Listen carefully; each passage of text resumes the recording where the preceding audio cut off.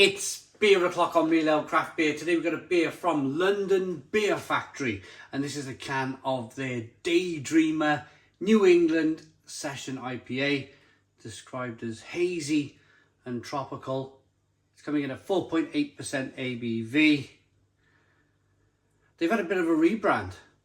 This is part of the new Tesco range. I'm reviewing this on the 31st of January 2021.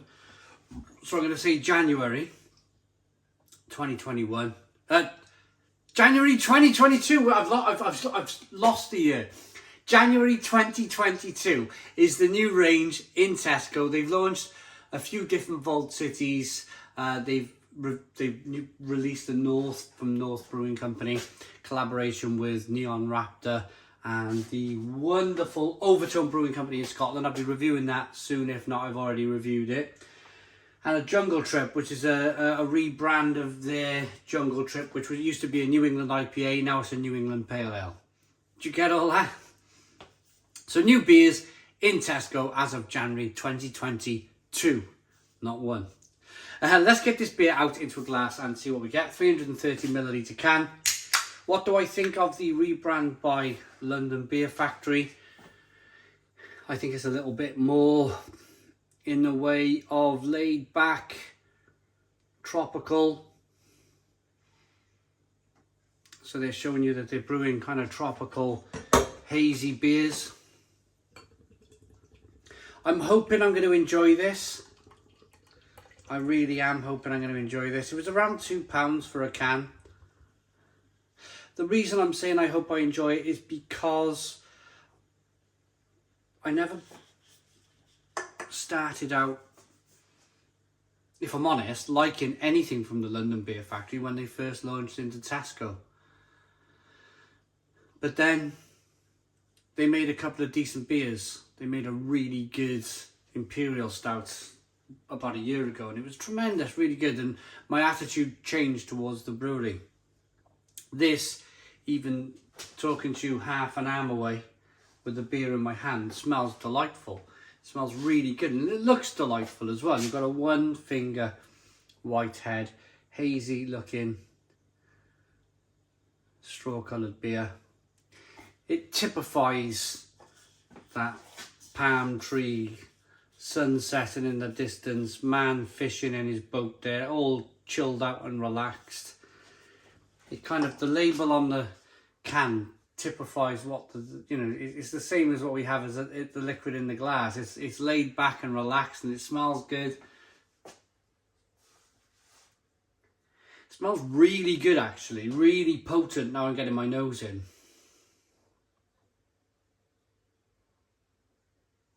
Lots of apricot,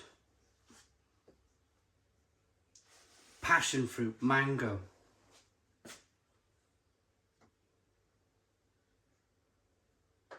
It smells lovely. Really, really good.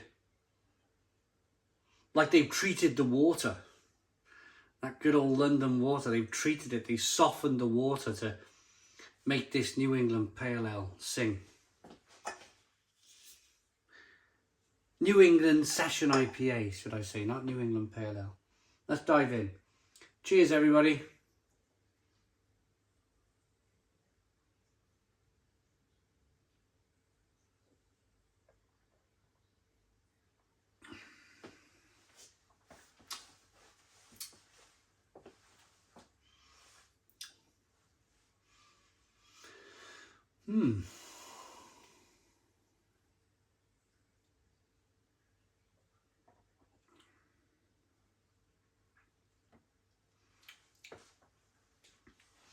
Second taste much better than the first. First taste was like, ooh, I'm going to give it a second chance. Does that make sense with you guys? Like you've taken the first sip and you're a little bit unsure, and then you go in again and actually things are a lot brighter, things are a lot better.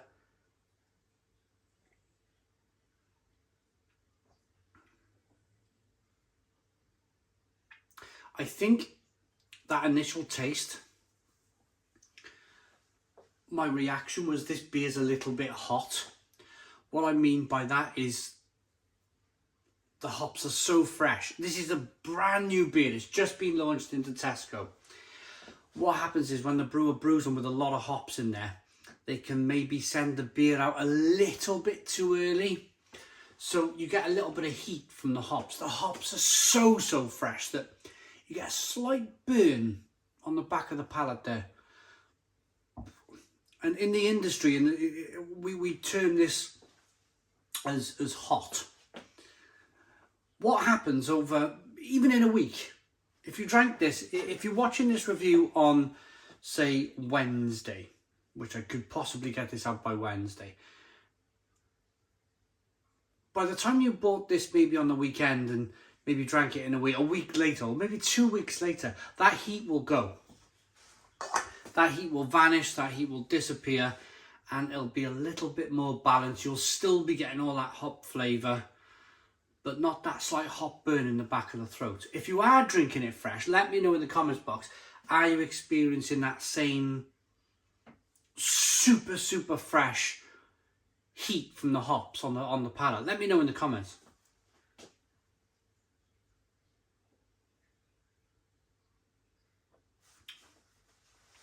But flavours, tropical, passion fruit, mango, grapefruit, a little bit of orange peel, fleshy blood orange as I like to say.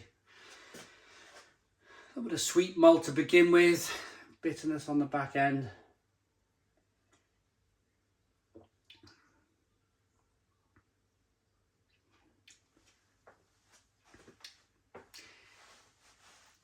Little bit of bitterness, they've done quite well. That New England aspect where they want all the flavours in the middle, but it is slightly sweet. Now I'm able to wash the beer around in the glass, see how the beer behaves. Now I've drank some. Hasn't really recreated much of a head. The aroma is much better though. Now you're able to spin the beer around. It's much more punchy, it's much more bold. That's good, it's nice. I think it comes down to your own personal drinking preferences. If you like quite a big, in-your-face, hoppy, tropical smash of a beer, then you will like this. If you like the little bit more softer, a little bit more body, but lots of kind of juicy, lovely flavours in the middle, then you may want to choose something else. It is nice, it is juicy, there's a lot of flavours, but there's a little bit of harshness in you. It's still a little bit rough around the edges from London Beer Factory, which they need to just iron out these little kind of issues that the brewery seems to have. But they've come a long way. In my eyes, this brewery's come a long way. When they first started brewing beer, they were first launching beer into Tesco, I found their beers nearly undrinkable. I just didn't like it at all, but at least it's pretty decent now. What's it say on the side of the can? Ingredients: water, barley, wheat, oats, hops and yeast. At London Beer Factory we brew fresh and funky beers. Daydreamer is our New England Session IPA packed full of tropical and stone fruit flavours. This is a naturally hazy beer, juicy with a beautifully soft mouthfeel that will get you daydreaming of the good times. Yeah, it's pretty decent. I'm going to rate it. Daydreamer New England Session IPA, 4.8% ABV. Less hot, better beer, I think. If it was less hot, it would be a better beer. I'm going to say 7. There's still a little bit of astringent flavours coming through. It's hot, it's not as soft enough, it's not as kind of inviting as some other beers are. Some beers, like let's say Northern Monk for example, on the supermarket shelf, some of their beers, you can't put them down. You put it down for like a few seconds and then you're back in, sipping it.